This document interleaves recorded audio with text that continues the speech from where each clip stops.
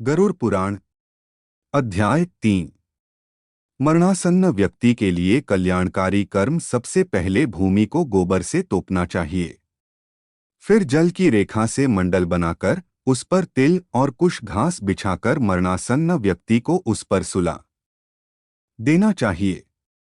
उसके मुंह में पंचरत्न स्वर्ण आदि डालने से सब पापों को जलाकर मुक्त कर देता है। भूत प्रेत आत्माएं और यम के दूत अपवित्र स्थान और जमीन के ऊपर रखी चारपाई से मृत शरीर में प्रवेश करते हैं। उसके मुंह में गंगा जल डालना चाहिए अथवा तुलसी का पत्ता रखना चाहिए। कोई भी शोक न मनाता हुआ उसके पास प्रभु का नाम ले। जब तक प्राण है विष्णु का नाम ले।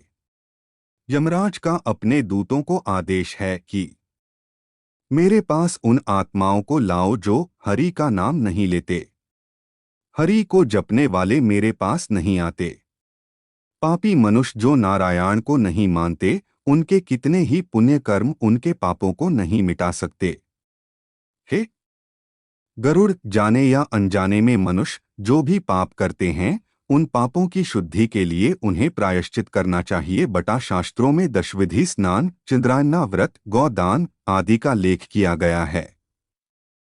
यदि मनुष्य उनमें क्षमता के कारण सफल न हो रहा हो तो कम से कम चौथाई प्रायश्चित अवश्य करना चाहिए। तत्पश्चात 10 महादान, गौ, भूमि, तिल, स्वर्ण, घी, वस्त्र, गुड़, रजत, लवण इनका दान करना चाहिए। यह पाप की शुद्धि के लिए पवित्रता में एक से एक बढ़कर हैं। यमद्वार पर पहुंचने के जो मार्ग बताए गए हैं वह अत्यंत दुर्गंधिक, मवाद, रक्त आदि से परिव्याप्त हैं। अत उस मार्ग में स्थित वैतरणी नदी को पार करने के लिए वैतरणी गौ, जो गौ सर्वांग में काली हो और जिसके थन भी काले हों, का दान करने चाहिए। यह सब उत्तम प्रकृति वाले ब्राह्मण को देना चाहिए। पद दान का महत्व। छत्र, जूता, वस्त्र, अंगूठी, कमंडलू, आसन, पात्र और भोजन पदार्थ, यह 8 प्रकार के पद दान हैं। तिल पात्र, घृत पात्र, शय्या तथा और जो अपने को इष्ट हो देना चाहिए। हे पक्षीराज, इस पृथ्वी पर जिसने पाप का प्रायश्चित कर लिया है, सब प्रकार के दान भी दे चुका है। वैतरणी, गौ तथा अष्ट दान कर चुका है। जो तिल से पूर्ण पात्र, घी से भरा पात्र, शय्या दान और विधिवत पद दान करता है, वह नरक रूपी गर्भ में नहीं आता, अर्थात उसका पुनर्जन्म नहीं होता। मनुष्य स्वयं जो दान करता है, परलोक में वह सब उसे प्राप्त होता है। वहां उसके आगे रखा हुआ मिलता है। छत्र दान करने से मार्ग में सुख प्रदान करने वाली छाया प्राप्त होती है। पादुका दान से वह मनुष्य घोड़े पर सवार होकर सुखपूर्वक मार्ग पार करता है। जल से परिपूर्ण कमंडलू के दान से मनुष्य सुखपूर्वक परलोक गमन करता है। वस्त्र आभूषण दान करने से यमदूत प्राणी को कष्ट नहीं देते। तिल सफेद, काले, भूरे के दान से मन, वाणी और शरीर से किए हुए पाप नष्ट होते हैं। सभी साधनों से युक्त शय्या दान से स्वर्ग लोक में 60,000 वर्ष तक इंद्रलोक के भोग भोगता है। इसके अतिरिक्त गौ दान देते समय नांदानांदा नाम के उच्चारण करने से वैतरणी नदी में नहीं गिरता। दुखद और बीमारी के समय तिल, लोहा, सोना, रुई का वस्त्र, नमक, 7 अनाज, भूमि का टुकड़ा देने से पाप कर्मों की शुद्धि होती है।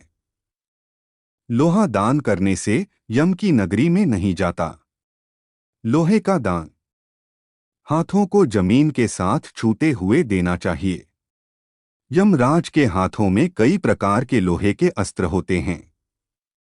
यह दान उन अस्त्रों के प्रभाव को कम करता है। वर्टिकल बार सोने का दान यमराज की सभा में उपस्थित ब्रह्मा और दूसरे ऋषि मुनियों को प्रसन्न करता है, जो कि वरदान की संज्ञा रखता है। रुई के वस्त्र से यमदूत कष्ट नहीं देते। 7 अनाजों के दान से यम द्वारों पर तैनात कर्मचारी आनंदित होते हैं।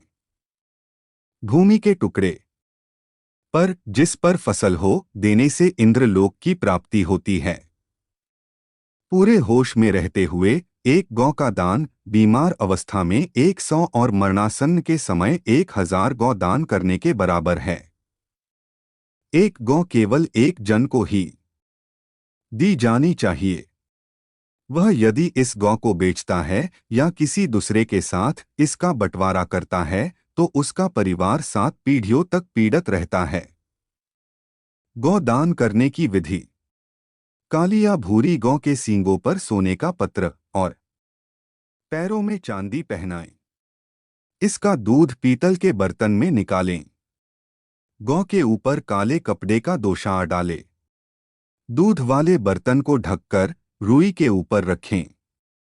इसके पास यमराज की एक सोने की मूर्ति, एक लोहे का टुकड़ा, पीतल के बर्तन में घी, यह सब गौ के ऊपर रखें।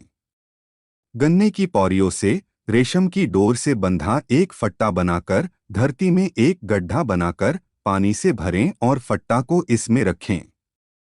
गौ की पूंछ पकड़कर पैर फट्टा पर रखकर ब्राह्मण को दान दक्षिणा नमस्कार करके मंत्र का उच्चारण करते हुए भगवान विष्णु से नम्र प्रार्थना करें कि हे प्रभु, आप सब प्राणियों के दाता, रक्षक और कल्याणकारी हैं। आपके चरणों में यह उपहार भेंट करता हुआ वेतारनी नदी को नमस्कार करता हूँ। हे गौ माता, आप देवी शक्ति के रूप में मेरे पापों का खंडन करें। फिर हाथ जोड़े हुए यमराज को गौ की प्रतिमा में देखते हुए इन सब के गिर्द एक चक्कर लगाकर ब्राह्मण को दान में दें। गौ दान के लिए शुभ समय स्थान। सभी नहाने वाले पवित्र स्थल। ब्राह्मणों के निवास स्थान। सूर्य चंद्र ग्रहण। नए चांद वाले दिन। थोड़ी संपत्ति धन अपने हाथों से दान में दी हुई का प्रभाव सदा ही रहता है। धन संपत्ति पत्नी परिवार सब विनाश होने वाले हैं, इसलिए पुण्य कर्मों को संचित करो। पुण्य दान छोटे बड़े से मेरे को कोई फर्क नहीं पड़ता। लालच के कारण जो पापी लोग बीमारियों में पुण्य दान नहीं करते वह सदा दुखी ही रहते हैं। पुत्र पौत्र भाई बंधु मित्र जो मरणासन्न व्यक्ति के लिए दान पुण्य नहीं करते उन्हें ब्राह्मण हत्या का पाप लगता है। इन बताए गए सभी प्रकार के दानों में प्राणी की श्रद्धा और अश्रद्धा से आई हुई दान की अधिकता और कमी के कारण उसके फल में श्रेष्ठता और लघुता आती है। भूमि पर बने इस मंडल में ब्रह्मा विष्णु रुद्र लक्ष्मी तथा अग्नि देवता विराजमान हो जाते हैं। अत मंडल का निर्माण अवश्य करना चाहिए। मंडलवहीन भूमि पर प्राणत्याग करने पर उसे अन्य योनि नहीं प्राप्त होती। उसकी जीव आत्मा वायु के साथ भटकती रहती है। तिल मेरे पसीने से उत्पन्न हुए हैं। इसका प्रयोग करने पर असुर दानव दैत्य भाग जाते हैं। एक ही तिल का दाना स्वर्ण के 32 सेर तिल के बराबर हैं। कुश मेरे शरीर के रोमों से उत्पन्न हुए हैं। कुश के मूल में ब्रह्मा, मध्य में विष्णु तथा अग्रभाग में शिव को जानना चाहिए। इसलिए देवताओं की तृप्ति के लिए मुख्य रूप से कुश को और पितरों की तृप्ति के लिए तिल का महत्व है। हे पक्षी श्रेष्ठ विष्णु, एकादशी व्रत, गीता, तुलसी, ब्राह्मण और गौ यह 6 दुर्गम आसार संसार में लोगों को मुक्ति प्रदान करने के साधन हैं। अंतिम सांसों में ओ गंगा भागवत गीता के श्लोक अथवा हरि का नाम जपने से मंगलकारी होता है। मृत्युकाल में मरणासन्न के दोनों हाथों में कुश रखना चाहिए बटा इससे प्राणी विष्णु लोक को प्राप्त होता है। लावनारस पितरों को प्रिय होता है अथवा स्वर्ग प्रदान करता है। उसके समीप तुलसी का पेड़, शालग्राम की शिल्ला सभी पापों को नष्ट करती है, भी लाकर रखें। जिस घर में तुलसी स्थल बनाकर तुलसी की पूजा होती है वह एक पवित्र नहाने का स्थान माना जाता है और यम के दूत वहां नहीं आते। इसके बाद यथाविधान सूतकों का पाठ करना चाहिए। ऐसा करने से मृत्यु मुक्तिदायक होती है। शोक न मनाते पुत्र को सर मुंडवाकर नए वस्त्र धारण कर अपने प्रियजनों के साथ लाश को नहलाना चाहिए।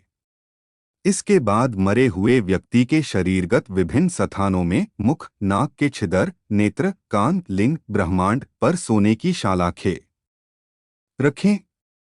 उसके शव को 2 वस्त्रों से आच्छादित करके कुमकुम और अक्षत से पूजन करना चाहिए।